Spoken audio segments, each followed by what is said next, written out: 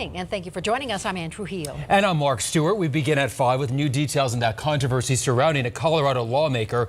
Let's just put it all out there. It's very much a he said, she said. Tonight, Representative Steve Lebsock, the Colorado Democrat accused of making advances toward one of his colleagues, said he did nothing wrong and says the results of a polygraph prove his story.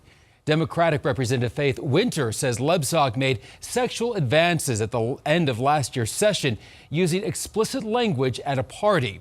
Winter has filed a formal complaint, which remains private. Lebsock says he's never been contacted by investigators, so he spent $350 on his own for the polygraph. Yet investigators from the party say they contacted him yesterday, and he has not yet responded. Every single sexual harassment allegation that has been in the press and been submitted formally in a formal complaint have been false. And I'm willing to take a polygraph on every single accuser who comes forward and submits a formal complaint. Sexual harassment is about power.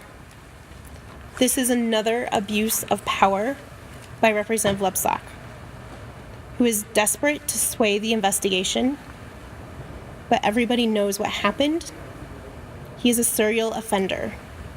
My story has not changed since May of 2016 and has been consistent throughout the entire process.